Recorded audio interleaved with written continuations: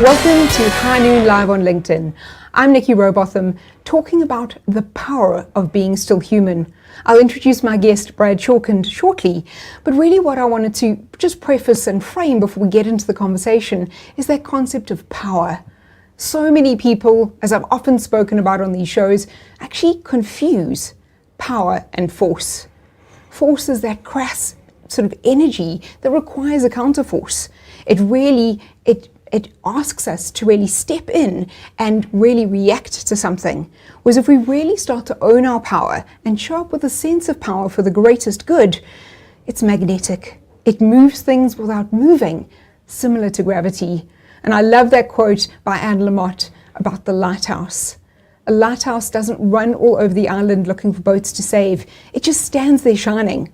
And that's that magnetic energy that I want to bring into this conversation, because we're all human at the core. We really, if we're owning our power, we really have to show up and inspire others to really be the lighthouse in our own lives and really own that power, specifically as leaders. But there's someone I know who knows more about this than anyone else, and that's really Brad Shorkend, who's in studio with me today. Welcome, Brad. So good to have you here. Great to be here. Thanks for having me. It's an absolute pleasure. And so I know as CEO of Still Human, you really do so much work across the board. And so I'm going to ask you to really give a little bit of an insight in terms of what Still Human's about, the work that you're currently doing, and really why it's so relevant for the times, the turbulent times we find ourselves in right now. Turbulence. So Still Human is a workplace advisory, and we specialize in helping organizations understand how to be awesome places for human beings to be in a world that's gone digital crazy. And so we specialize in 5 areas of primary business engagement: leadership, innovation, organizational culture, strategy, and employee experience. And I highlight those 5 because often they get engaged in kind of silos, but they're not siloed at all. You cannot be exploring meaningful strategy if you're not thinking about the way you're leading humans in terms of the experience they're having, the actual employee experience, what that means in terms of culture, and then relevance, because that turmoil right now, that turbulence, is a quest for relevance. It's a quest for business relevance in a world that's been, the cliche is, disrupted. And to try and work out how do we bring the most appropriate version of ourselves as businesses and as human beings to this world that we live in.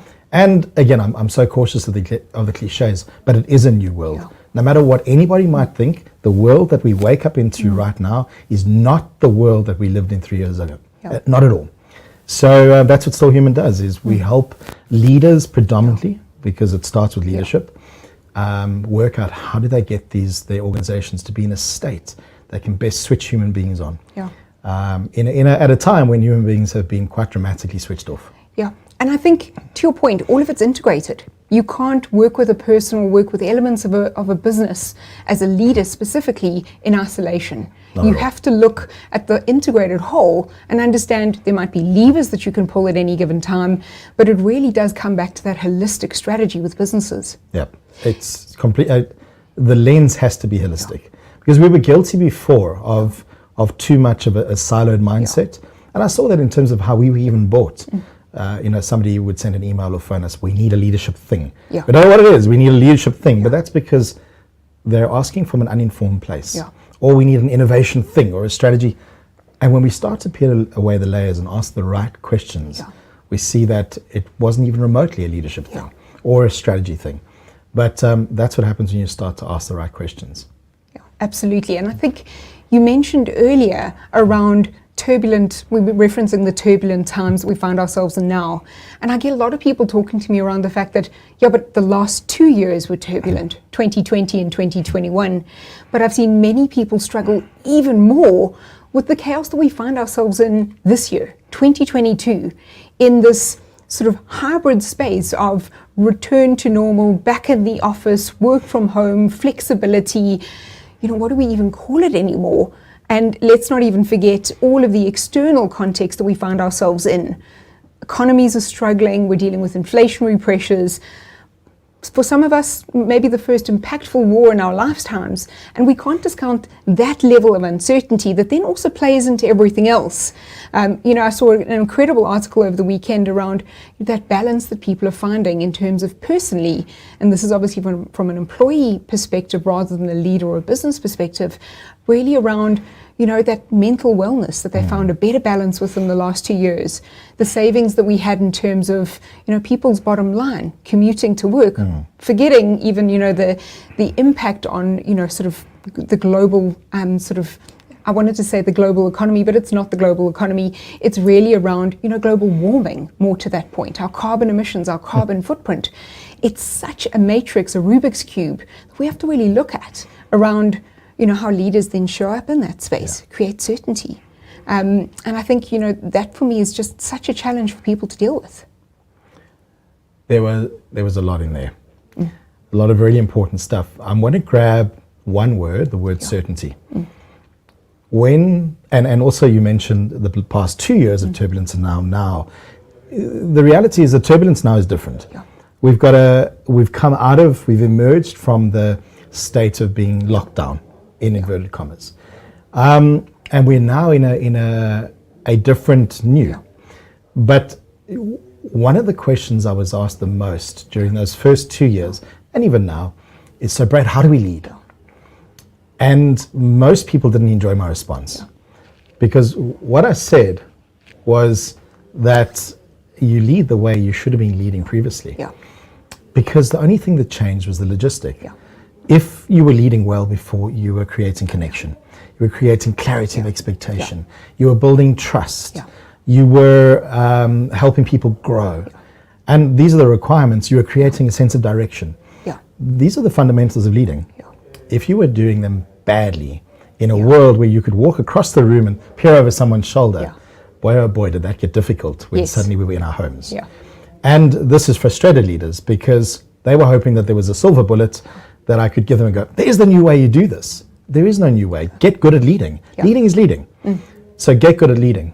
But that, I'm going to stop you there because we have to go to a quick break, but I think it's such a fascinating topic. And I gave you all of the stuff that's going on specifically because I think that's what people are dealing with. That's what leaders and businesses are dealing with right now. So join us after the break as we start to talk more around what really is required from a leadership perspective and how we can start to create certainty in a world that is definitely more challenging than it was on the other side of 2020.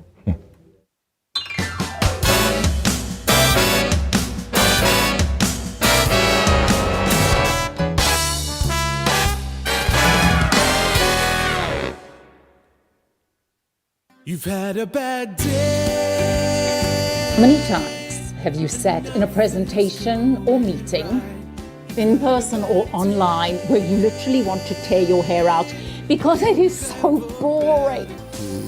It's so boring and you're trying to pay attention, and if you happen to be doing it virtually, you've got to sit there with your camera on, sort of smiling, looking into the camera because you know other people are looking at you, but your mind is just whirling, and what you want to do is switch your camera off and go and get a peanut butter sandwich. I want you to think back to the last time you presented information, either virtually or in person.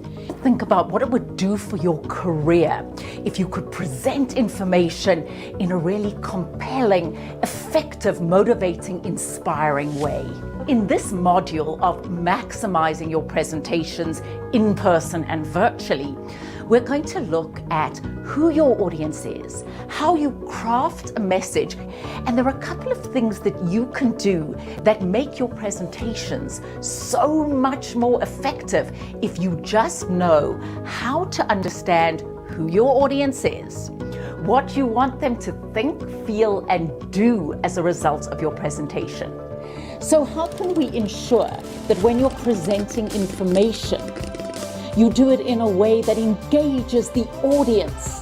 So please click on the button below to ensure that you enhance your presentation impact, be it in person or virtually.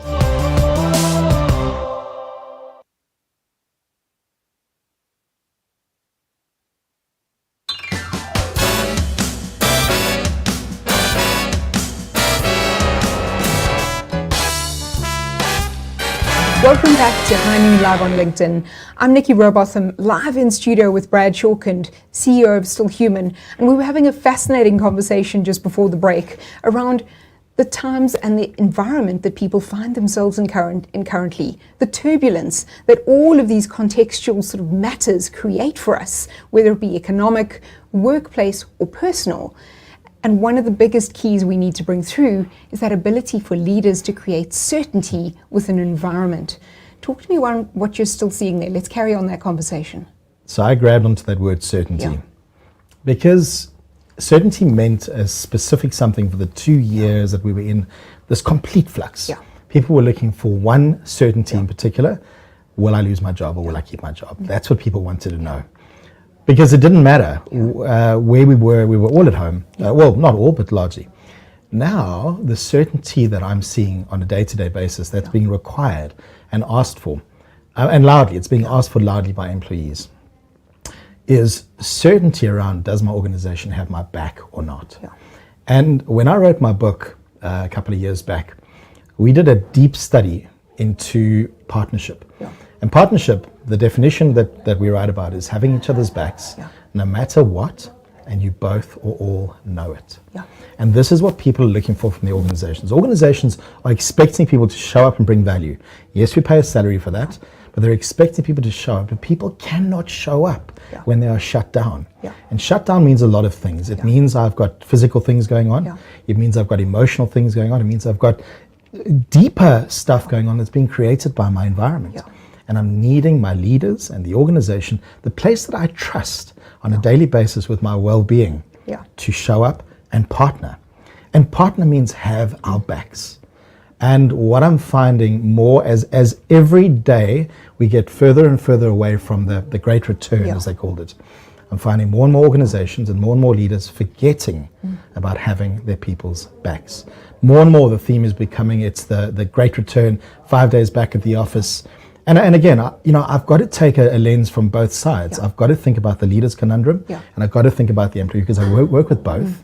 I'm trying to create that the workplace environment can be optimal. And again, the wrong questions are being asked. I'm seeing way too much bullying under force. You will come back to the office. Now, if that's completely appropriate, because that's what's going to be best for people and best for the business, but best means you can properly motivate why it's best. Not just because we don't know how else to do it, or not just because it's easier that way, or not just because of an old nonsense story that's how we built our culture before. That story is 3 years old. That's not how we build our culture anymore. Not if we care about people. So if we actually legitimately care about people, we have to be asking a different question. And one of the best questions I've heard so far came from a leader in a session I ran late last week. And he said to the people in his team, where do you do your best thinking? Where are you the most productive? And he got everybody to share.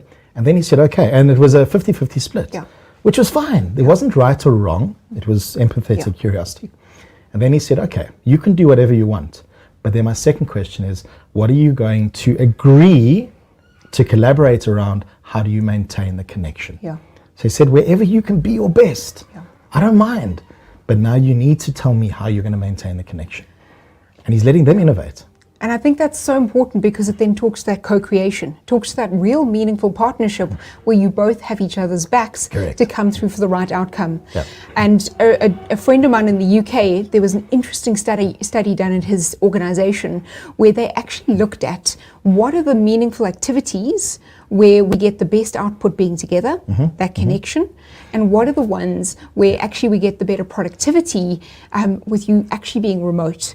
And they said, right, our whole thing is exactly that, productivity and connection. How do we bring them together meaningfully? And they've done intentionality around how they then create that with very specific activities where they actually say, please be at home, but then we'll create connection events. But if we're trying to strategize and problem solve together, let's bring you into the office.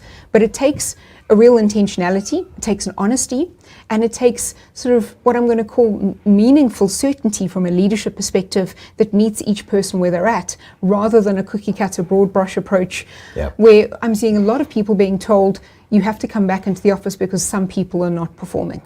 Absolutely. So I'm being punished now because Yeah. some people are not performing. Yeah. For me, that goes straight back to the leadership responsibility. Yeah. The leadership needs to engage those people.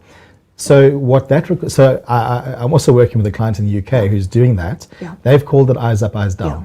So if it's eyes down, Yeah. you can be at home Yeah. or anywhere you choose to be. If it's eyes up, it means that we're in engagement. And they've created a simple language around it. But for me, what this requires, they've even started to redesign the way the office space works. Yeah. It's no longer cellular and desk. It's designed for connection. Yeah. So big investment going into connecting spaces.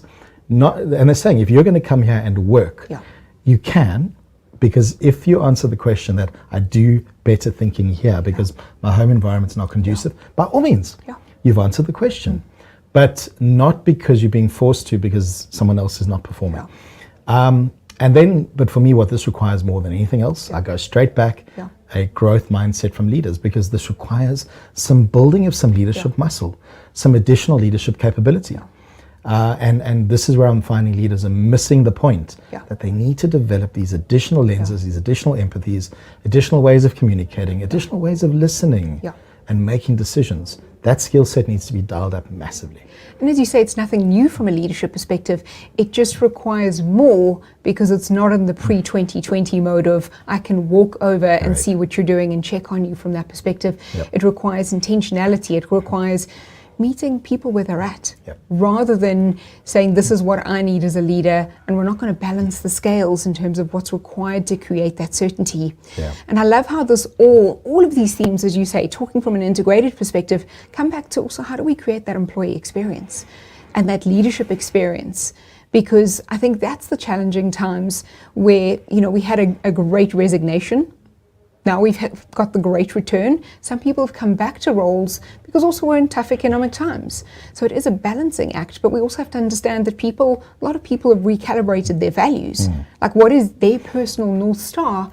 And they're maybe motivated differently. So I think in the next 2 years, I'd be interested to get your thoughts. I think it's going to be a very interesting space as people start to really have to own if those values are really their core values, or are they just something that happened during COVID and they recalibrated slightly? So we at Still Human, we had one of our big products was an employee experience assessment. It was a very robust process. We used to take a few months, an online piece as well as lots of interviews, and we built a big report. It was about an 80 to 100 page report that gave leaders and organizations and HR practitioners a detailed breakdown of what was going on in the business. Love that. I'm going to ask you to pause just there. We're going through for a break and we're going to come back and talk leadership, employee experience from an intentional perspective and some of the tools that Still Human has to offer you.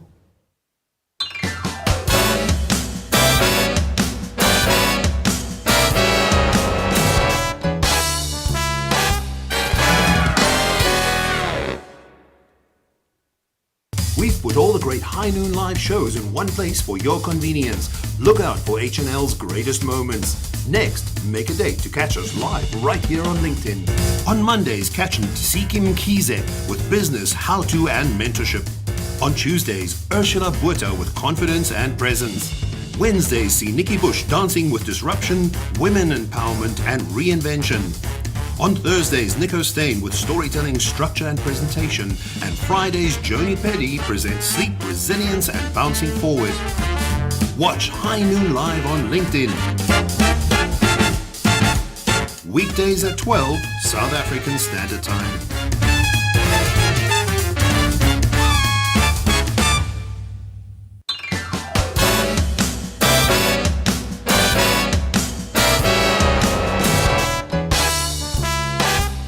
Welcome back to High Noon Live on LinkedIn. I'm Nicky Rowbotham in studio with Brad Shorkend, and we were talking about how if we bring that power of being still human intentionally to employee experiences, that's where we change the game. And Brad was just about to tell us more about some of the work that Still Human has been doing in that regard.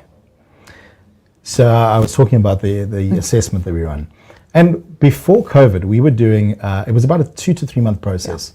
Very expensive, and what we'd produce is a big report. And then I had a huge insight. I realized that we were getting the same results. No matter what organization we went to, the same problems were being identified. And I thought, I want to change the way we do this. Yes, it's going to cost us a lot of money because we're not offering that service. And I changed what was a 3-month process to what is probably now a 5-minute process. You can go to the website, to the Still Human website, and answer a 16-question questionnaire about employee experience based on our research, based on our model. And at the very end of that, get a report within, like I say, 5 minutes. And for me, it was more important to now have that awareness in your hand and start the work. Because otherwise we were waiting about 3 months to start to actually affect change. I was like, no, let's do this now. Let's find other ways for ourselves to offer service and value, as opposed to being an assessment business. Let's be a solutions business.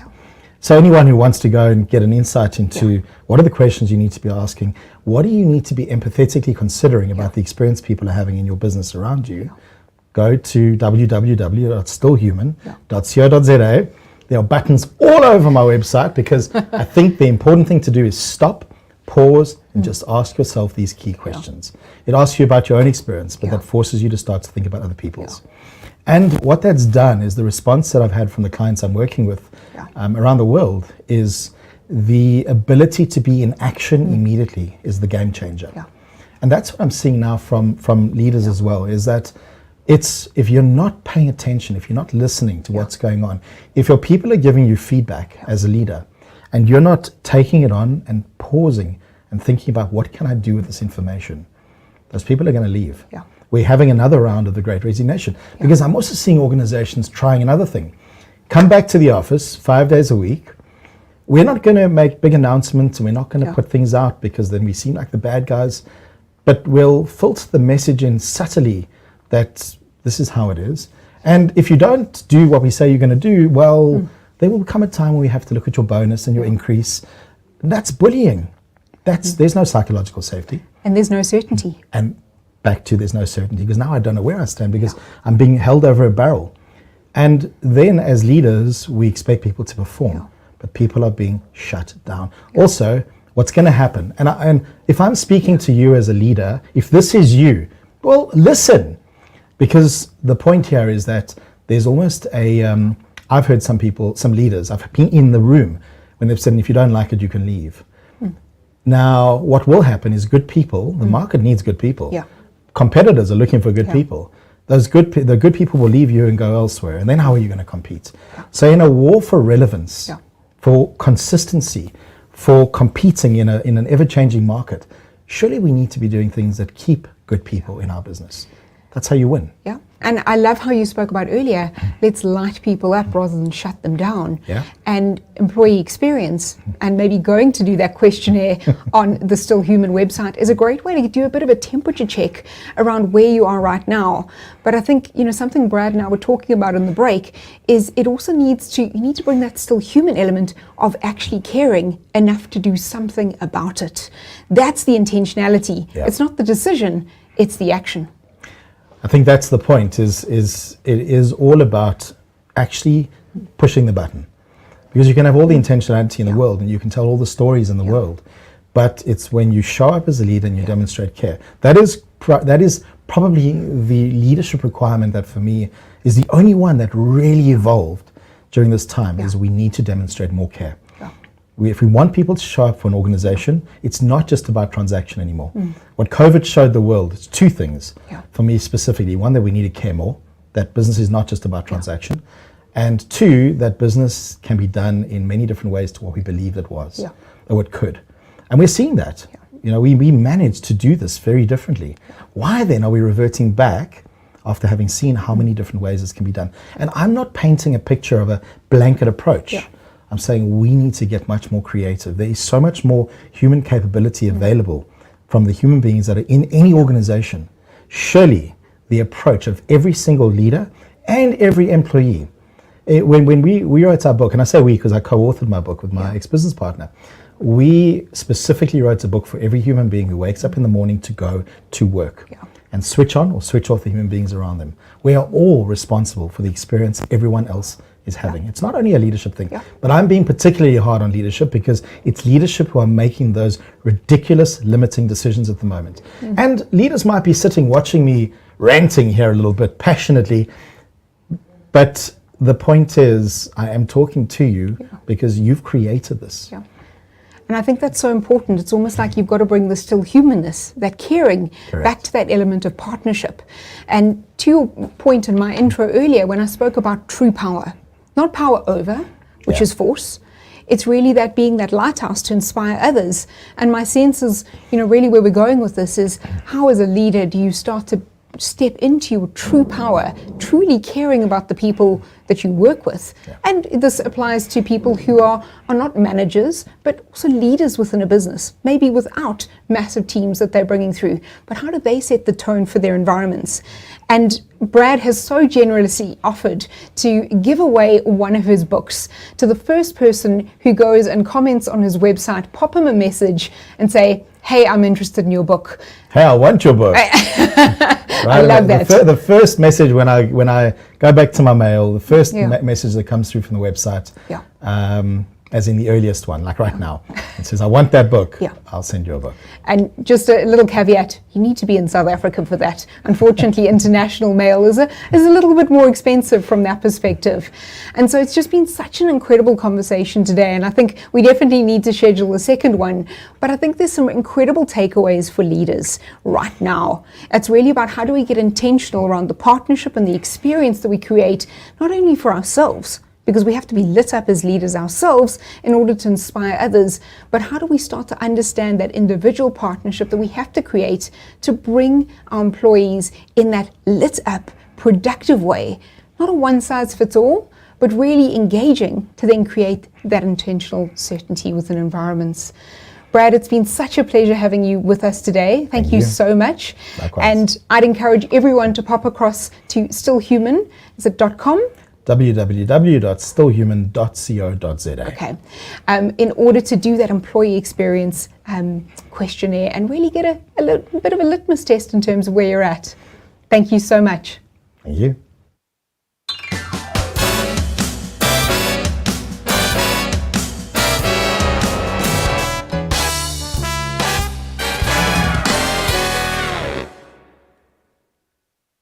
Hello there, my name is Nico Steyn and I'm coming to you from our little studio, which is a pop-up studio in Johannesburg, South Africa. It's called Tycoon Tribe, and what we have been doing to help people move online digitally is to convert the studio into a system that really works well and is half automated. So literally with a remote control, I'm able to run, for example, software such as Video Express.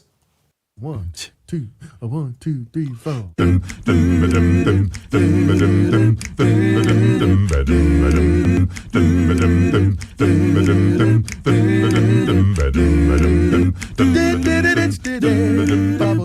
So what this really enables us to do is to have very small crew work very efficiently, and the presenter can be in control of the switching by themselves as they go through the system and roll video in the background whenever they need it.